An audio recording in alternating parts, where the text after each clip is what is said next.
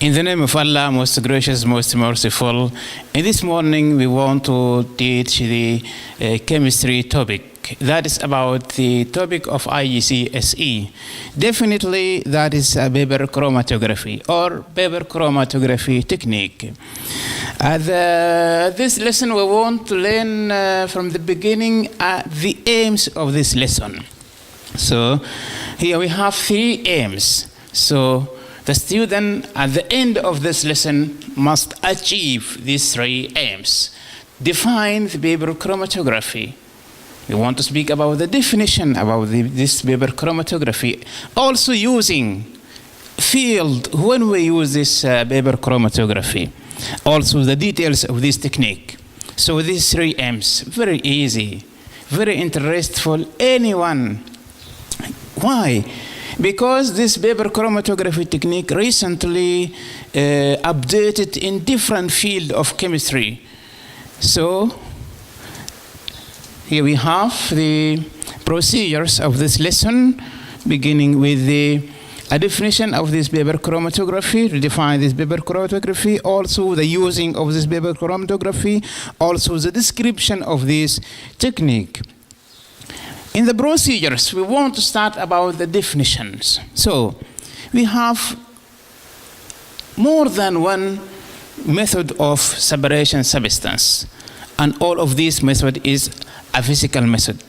Simple distillation, fractional distillations, paper chromatography, and so on. All of these are a physical method to separate substance. So mixture can be separated by this method. So what about this definition, about this paper chromatography? So paper chromatography is another way to separate a substance from a mixture. So we have a mixtures, and this mixture including different substances. We want to separate it. One of these ways to separate a substance or mixtures, a paper chromatography. But be carefully. Why?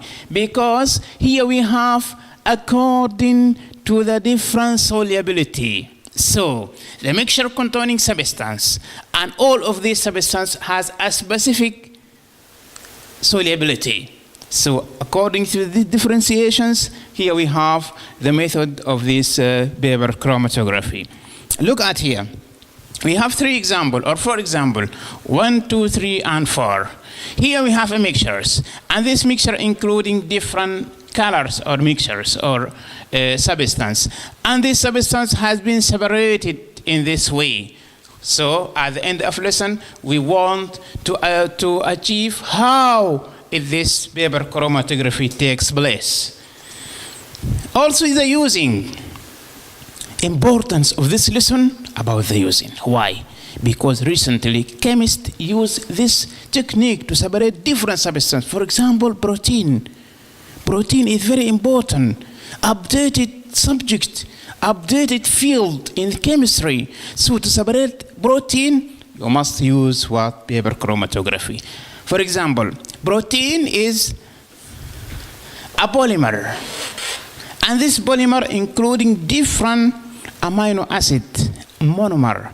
So to separate amino acid from the protein, use paper chromatography. Also, if we have a pigment or ink, we want to separate it, use paper chromatography. So any substance presented in a liquid, in something like this, to want to separate it, you can use the paper chromatography. Technique of this paper chromatography. The mixture is dissolved in a suitable solvent. If you have a substance you want to separate it, use a suitable solvent, as well as water, as well as butanol or isobutanol, or a mixture between alcohol and paper and water and something like this. Use suitable solvent. The solution is allowed to travel across papers. We have beakers. Inside the beaker we have a solution, and this solution allowed to go from down to up. Why? Because diffusion takes place. And all of you understood that diffusions, that is a phoneme about the substance travel from high concentration to low concentrations. And this is a logical process. The substance in the solution travel at different speed, so separated. Why? Because different solubility. Yeah. So different solubility is a key word in this lesson. A key word of this lesson is different solubility. There is no different solubility, no vapor chromatography technique. So vapor chromatography technique used because substance has different solubility. Don't forget that. In simple distillation and fractional distillation, any substance has what? Different boiling point. So that can be takes place because different this differentiation. But here, different solubility. This is a key word. The separation because their different solubility, the solvent. The more solubility, the further in travel. So this technique depends in different solubility. How this different solubility present? So any substance has a high solubility can carry it at a long distance. But any substance has low solubility can move in a short distance. And that is very easy for you. The details here. Number one, put a spot of a colorless, for example, colorless protein of amino acid on a baseline. Look at here. What is the baseline? This is the baseline. This is the baseline. Put a spot in the maybe above the baseline or inside the or on the baseline. And also after that, allow the solvent to move up to carry the substance and remove the paper and mark a line to the solvent front. So here we have 3 lines or 2 lines. Number one, baseline, same here, baseline. And what happened? Here we have the front of the solvent. Here we have 2 lines. So understood this technique by this way. Dry the paper out and then spray with allocated agent. Why in this way, in this pathway of protein, we use or you must use allocated agent? Why? In ink, no need to use allocated agent because protein is colorless. Protein is colorless. Number 4, measure the distance. We want to measure the distance.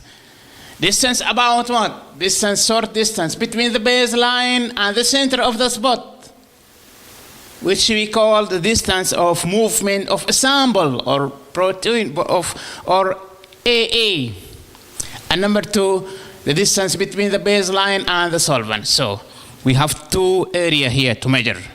What? Number 1, distance of the sample movement and distance of the solvent movement or moving. The calculation. How can I calculate it? We have a term here, RF value. What is RF value? Retardation factors. You can find it in other way by relative flow, but it is not famous. Famous one, it is the retardation factors. Retardation values or retardation factors values, what is this? This is the distance moved by amino acid and distance moved by the solvent divided. Divided the distance of moving amino acid and moving the solvent. Distance moved by amino acid. This is the amino acid, and this is the distance moved by amino acid. This is short than the other one. Distance moved by solvent. This is the solvent. It starts from the baseline and ending in the solvent front. So the solvent begin here and ended here. So this is RF values. Any amino acid has a specific RF values. For example, in this clears, we can go to get some example about this calculation, RF calculations. So this example from the IGCSE past paper actually. Look at here. In this experiment or trial, chemists separate three proteins, A, B, C, A, B, and C, into different amino acids. What is amino acid? This is the amino acids. 1, 2, 3, 4. 4 amino acids, 3 proteins. So, what is the question here? Which protein includes more than 1 amino acid? Wow. This A, only 1. This B, 2 amino acids. Look at the corresponding of the A moved here in this field, this line. What about the B? Move as the corresponding here. What about the C? Move as a corresponding here. So which one including 2 amino acids? That is very clear. It is in the middle. What is in the middle? It is B. So number 2, which protein contain amino acid has high solubility? Is a key word, high solubility. This technique takes place because all the substance has a specific solubility, different solubility. High solubility, that means carrying at a long distance. Which one has a long distance? This is short, this is short. This one is high solubility. It is in the middle. In the middle, it is a protein B. That is easy for you. Number 3, which protein is more attract, cannot move? This is number A. So cannot attract, that means cannot go fast. So from the beginning here, which of these amino acids has high solubility? This one, because long distance. Which amino acid had a medium solubility? This one and this one. Which one has a low solubility? This amino acid in protein A. That is very easy for you. Yes, here we have, before this homework and assignment, we have a video. Let's go to the video. This is very short.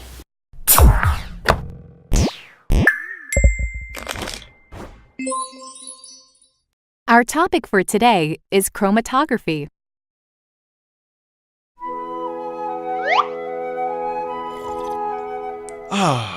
Please take my cup. Please, get me the schedule. Does black ink consist of only black color or any other color as well?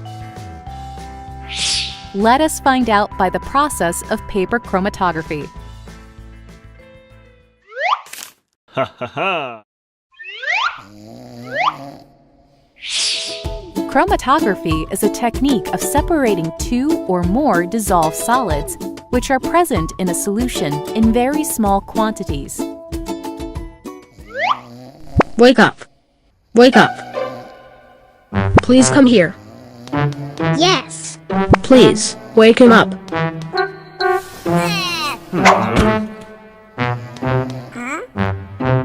Do something. Wake him up. Take a strip of filter paper.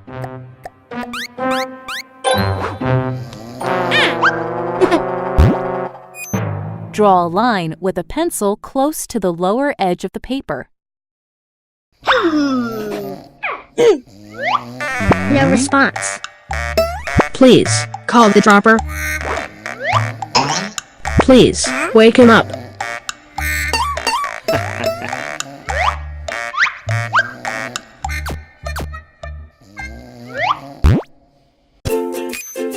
Put a small drop of ink on the center of the line.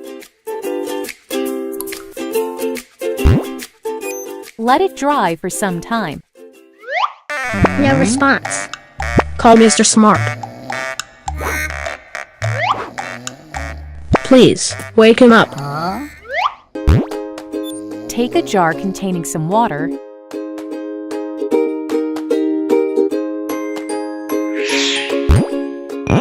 Put the filter paper in it, such that the drop of ink is just above the water level.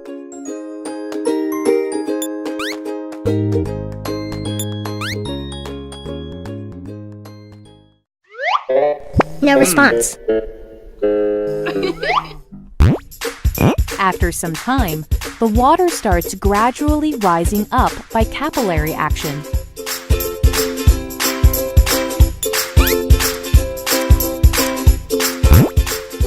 As the water moves up, it takes the dyes present in the ink along with it.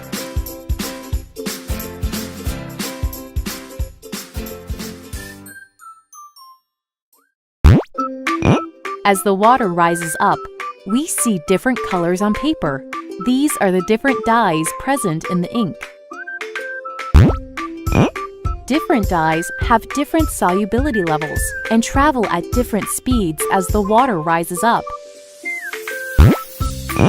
As a result, we see different colored strips at different heights, and the dyes get separated.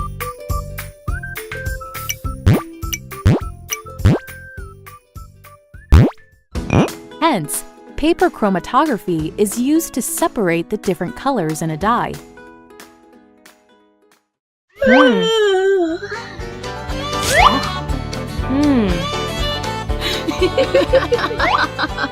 Ha ha ha.